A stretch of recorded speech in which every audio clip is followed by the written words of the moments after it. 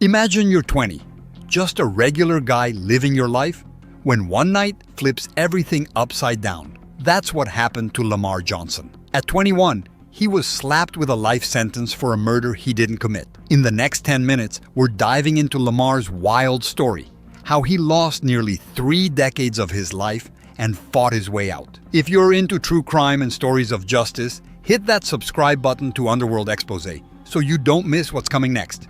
Let's get into it. It's October 30th, 1994 in St. Louis, Missouri. Lamar Johnson is 20 years old, just a young guy trying to live his life. His friend Markus Boyd is chilling on his front porch when 2 masked gunmen roll up and open fire. Markus was killed on the spot. It's a brutal crime, and the St. Louis police are under serious pressure to find the killers. Now, you'd think they'd dig deep, follow the evidence, and get it right?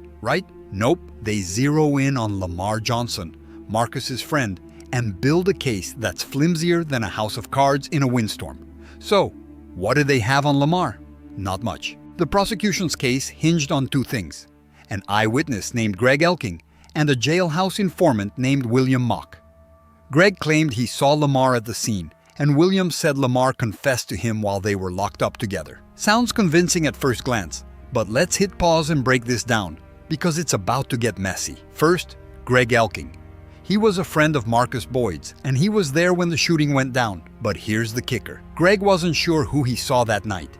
The shooters were wearing masks, it was dark, and everything happened fast. According to court records and a CBS 48 Hours report, Greg later admitted the police leaned on him hard. They showed him a photo lineup and basically nudged him toward picking Lamar.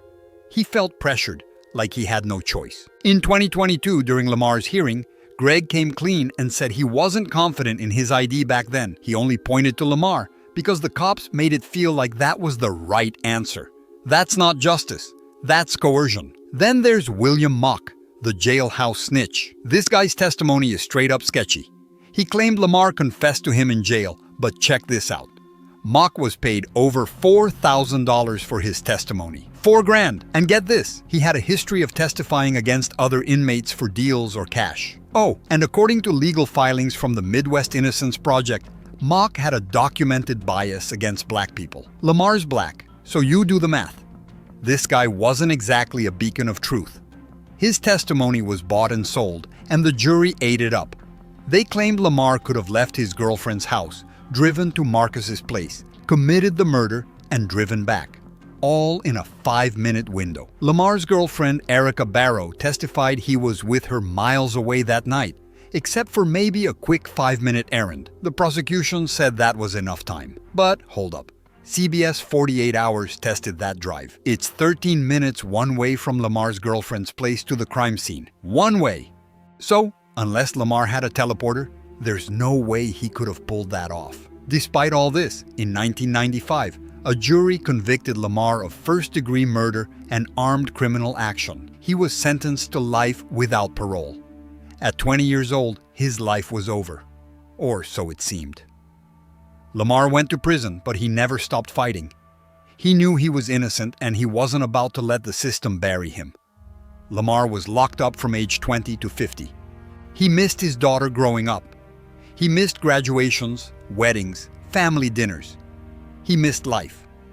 But even in prison, Lamar held on to hope. He had a pen pal, Ginny Schrappen, a retired teacher who started writing to him in the late 90s. They exchanged letters for over 20 years, and Ginny became one of his biggest supporters. She visited him, believed in his innocence, and kept his spirits up. That kind of connection, it's powerful.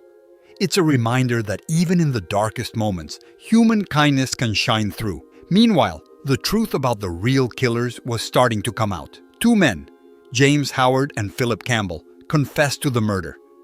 Howard, who's serving life for an unrelated crime, and Campbell, who passed away before Lamar's release, said they killed Markus Boyd over a drug deal gone bad. They were crystal clear. Lamar wasn't involved. Their confessions weren't just words, they matched the evidence. They knew details about the masks, the guns, the motive, everything.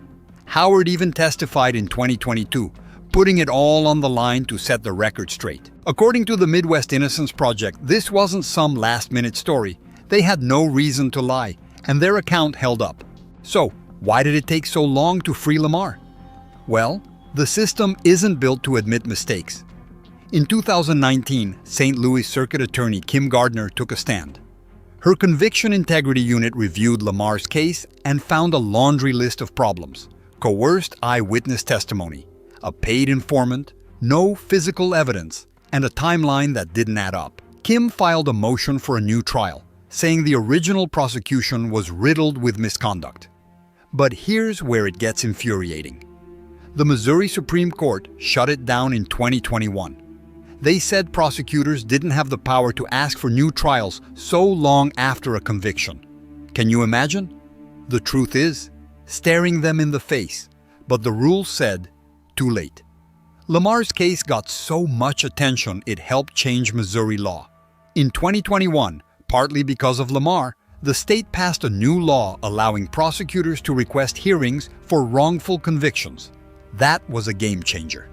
Fast forward to December 2022, and Lamar finally got his day in court. The Midwest Innocence Project, along with pro bono attorneys from Morgan Lewis and others, brought everything to the table. They had James Howard's testimony, Greg Elking's recantation, proof the timeline was nonsense, and evidence of police misconduct, like how the cops ignored Lamar's alibi and pressured witnesses. After a 5-day hearing, St. Louis Circuit Judge David Mason dropped the hammer on February 14, 2023. He said there was clear and convincing evidence of Lamar's innocence. That's legal speak for, y'all got this so wrong. Lamar walked out of prison a free man at age 50 after 28 years behind bars. The courtroom erupted. His family, his lawyers, even strangers were cheering. It was a moment of pure justice. But it came way too late. Now, freedom sounds great, but it wasn't all sunshine and rainbows. Missouri's compensation laws are brutal. Because Lamar's exoneration didn't involve DNA evidence, he got nothing from the state, not a dime for 28 years of his life. Think about that. He had to start over at 50 with no savings, no job, no nothing. The Midwest Innocence Project stepped up and launched a GoFundMe that raised over $570,000 to help him rebuild. That's the community coming through, but it shouldn't have to be that way. Lamar's also fighting back. In January 2024, he filed a federal lawsuit against the city of St. Louis and 8 police officers.